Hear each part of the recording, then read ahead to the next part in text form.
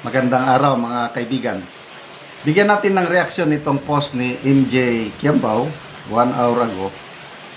Sinare niya ang pahayag ni Atty. Laila de Lima tungkol kay Solgen General Guevara. Ito, basahin ko.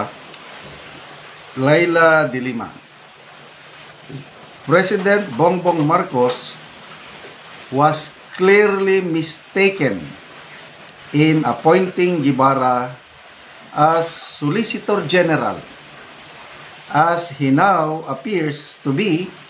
In fact, the Duterte sleeper agent out to sabotage the BBM administration that we always warned him about. Wala. Kinapital ni MJ Quiambao yung we always warned him about. Reading between the lines, mukhang matagal na palang confidential advisor ni BBM si Madam Laila na dating super anti-Marcos. Okay? So ito. So, magbasa tayo sa mga comments. Ito, ipinost ni MJ Quiambao din ang mga pahayag ni Laila de Lima noong kailan ito? 2016.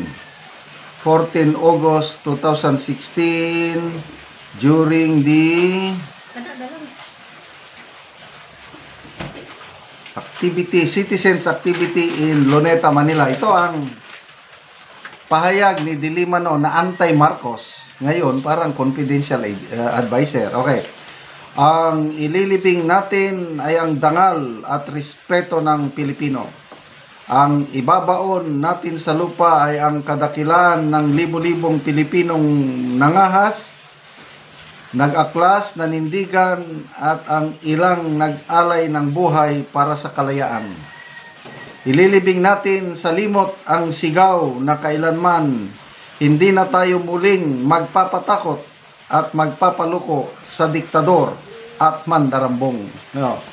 Ito, recorded dito August 14, 2016. Klaro naman, nung before yung election May 2022, di ba grabing paninira nila sa Marcos family?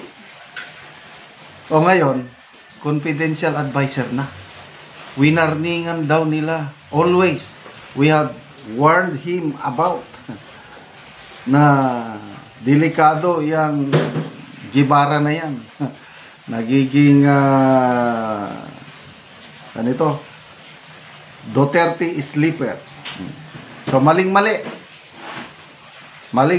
si PBBM sa pag-appoint kay Solgen Guevara. Anong masasabi niyo mga kaibigan? Kung ako niyong tatanungin, isa sa mga matitinong cabinet member, walang iba kundi si Solgen Guevara. Nagtratrabaho lang, batas lang ang sinusunod niya. So ngayon, nanganganib siya na masibak sa pwesto. So, bakit ngayon itong si de Lima na para bang bitter siya kay Solgen Guevara? Parang mayroon siyang galit kay Solgen Guevara. Ito. Hinanakit. Hinanakit. May post siya, no? May post si Sasasot, basahin ko, tungkol sa hinanakit. Ano ang hinanakit ni hinanakit ni Atty. Laila de Lima kay Solgen Guevara? Galit. Bilang hinanakit, galit. Sabi ni Sas, Laila hates Guevara because he appealed the acquittal of Laila and won. So now, Guevara is out of office of the Solicitor General. Yun. maligaya na si Atty. Laila de Lima dahil na-quit yung kaso niya sa RTC. And pumayag itong si Soljen Guevara. Nag-appeal siya sa Court of Appeals. Pinaboran siya ng Court of Appeals kaya Napawalang visa. Nabaliwala yung acquittal. Kaya ito ngayon, sound raping siya na Mr. President, mali ka. Hindi ka kasi nakinig sa amin eh. We have always warned you about this. Na ano yan, Duterte sleeper yan, yung Guevara na yan. Maling-mali ka. So, ano ibig niyo sabihin? Dapat tanggalin mo na yan. Tuluyan mo nang tanggapin ang kanyang courtesy resignation. So, I am not sure as of now kung ano na ang nangyari sa courtesy resignation ni Soljen Guevara. Out na ba? Although marami nang nagsasabi, may article akong nabasa sa politico.com ata yun, na ano na, out na si Guevara at ang papasok yung UP Law Dean. Ber Birabi. Kalimutan ko yung pangalan. So, sayang. Okay, magbasa tayo sa mga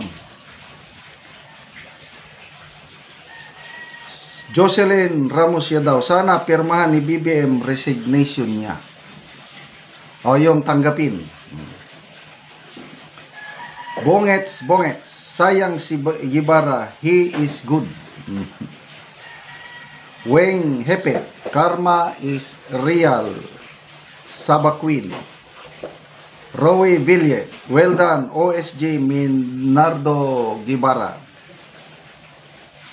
Tipaye. Hahaha. Tapos sa una si Dilima anti-Marcos. So, klarong anti-Marcos ngayon, Unipink is real, sabi nga nila. Talagang nagtatay up na ang Dilawan.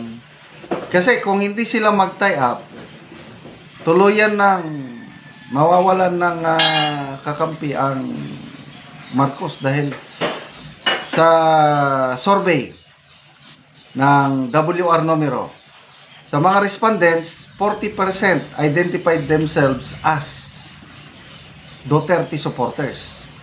15% lang ang Marcos supporters, while 13% Dilawan o Robredo, Pinklawan.